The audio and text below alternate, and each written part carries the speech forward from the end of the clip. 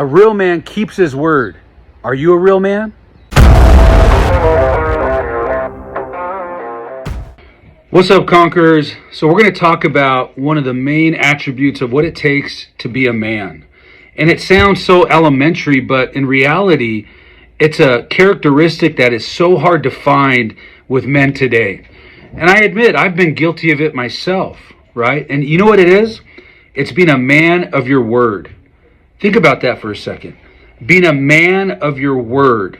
When you say you're going to do something, you do it. How many of us men say we're going to do something and we never follow through? When I was in my early 20s, I was working for a loss prevention company called Old Navy, where I'd catch guys stealing and we'd take them to the back, call the cops, whatever it is. I got tired of that job, so I quit. So I didn't have anything going for me, but I grew up in a construction family. My grandfather and my uncles are concrete guys.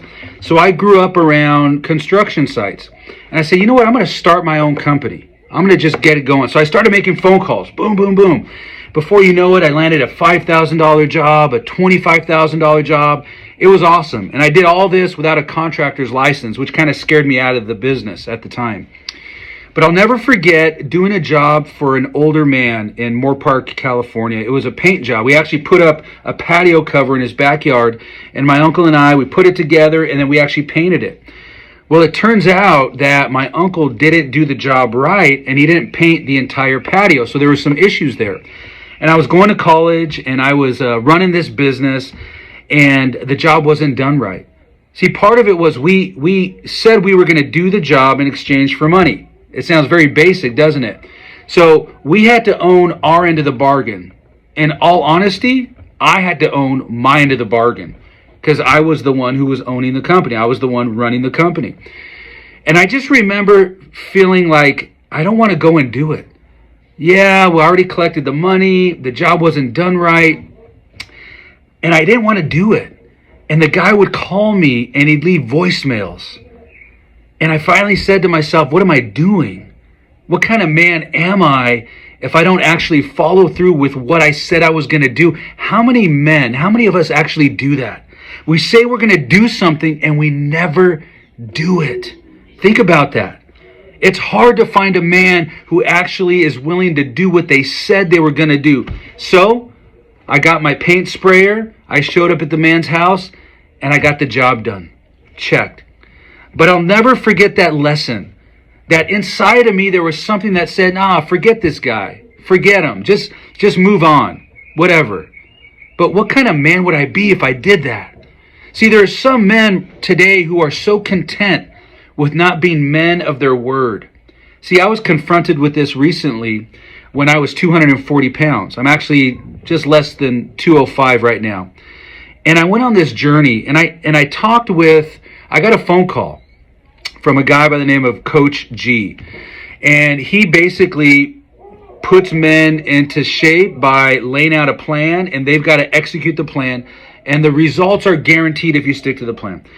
And one of the first things that he told me is that how could you tell other people to do something if you're not even going to be a man of your own word, if you're not actually owning your own word? And he was so right. He was so right.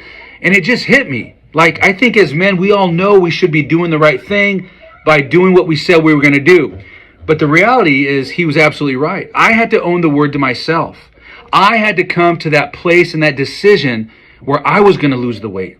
How could I tell other people to lose weight? How could I tell other people to get in shape when I myself wasn't even doing it? See, we all get confronted with the truth. And either you're going to be a man of your word or you're not. And it's interesting because if you want to go far in business, if you want to go far in marriage, if you want to go far in fatherhood, you better be a man of your word. You better do what you say you're gonna do. And if you call yourself a Christian, a follower of Jesus Christ, you better do what you said you were gonna do. See, we live in a culture, in a world where no one cares about this kind of stuff.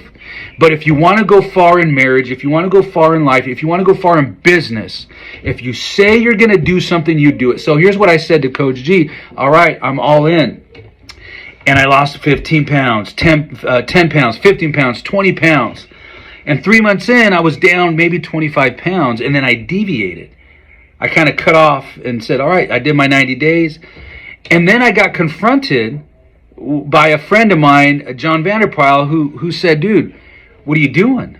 You deviated from the plan. You gotta finish. You haven't even hit your transformation. And I said from the beginning, guys, that I was going to hit my transformation, that I was going to lose the weight, that I was going to get down to 200 pounds. Guys, I talked to him maybe a month or so ago, and I was 212 pounds. I'm down to 205 now, less than 205. And I had to come to that decision again. Am I going to do what I said I was going to do? Guys, I get men who I talk to who say they're going to do this program, and it's really not a program. What it is, it's an experience, because you don't just lose the weight and that's it. It's like you learn how to be disciplined. You learn how to not make excuses. You learn how to be a man of your word. And if you're going to be a man of your word, then you better do what you say you're going to do. This is a huge lesson for us men. See, your wives they're impatient with you. Why? Because for the longest time you said you were going to lose weight. I know I did. For years I told my wife, yeah, I'm going to lose weight, and I didn't do it. For years I told my wife, okay, I'm going to control my anger. I'm going to get this figured out. No. For years I told my kids that I was going to be a better father, and man, here we are now, right? See, it wasn't until I was able to conquer myself, prove to myself, be a man of my word. Because you see that man up there in that picture behind me? Yeah, that's Jesus, a depiction of him anyway. And when Jesus says he's going to do something, he does it. And if I call myself a follower of Jesus and I don't do what I say I'm going to do, shame on me. Because it doesn't just make me look bad, it makes him look bad. And I want to represent Jesus. So if you're listening to this and you're not a man of your word, you need to get straightened out. You need to get serious about it.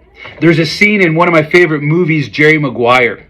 If you remember that movie, he's a sports agent, and he actually gets betrayed by people who he works with, and he has to start his own sports agency. And it's a phenomenal movie, and there's a part in the movie where this top quarterback, Cush, they call him Cush, and he's expected to go round one, draft pick number 1. And Cush's dad is a Texas guy. He doesn't do contracts. And after Jerry Maguire got betrayed by the guy he was working with, he's like, I'm going to go and I'm going to make sure that Cush stays with me so I can represent him. Especially if he goes number 1, I'm going to stay with him and he's going to stay with me. So he goes all the way to Texas and he has a sit-down conversation with Cush's dad.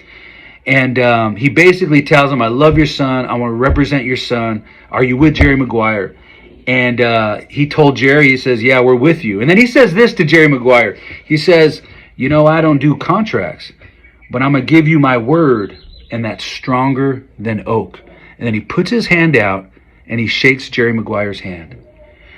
A few scenes later, you see them on draft night, and it turns out Cush's dad didn't keep his word. He ended up signing with the rival. And whatever happened to my word is stronger than oak? Nope. He wasn't a real man, because a real man keeps his word. Guys, if you're looking to kill that coward who doesn't keep his word, and you want to embrace the conqueror who Christ made you to be, DM and reach out. Reach out, because I have an experience for you that's going to teach you everything that Jesus Christ expects us as men to do. And that's kill the coward and embrace the conqueror, to be men of our word, to not compromise, to not make excuses, to become the husbands, the fathers, the business people, the men of God who Jesus Christ died for us to be. It's called the abundant life. So if you're tired of not being a man of your word, it's time to do something about it. DM.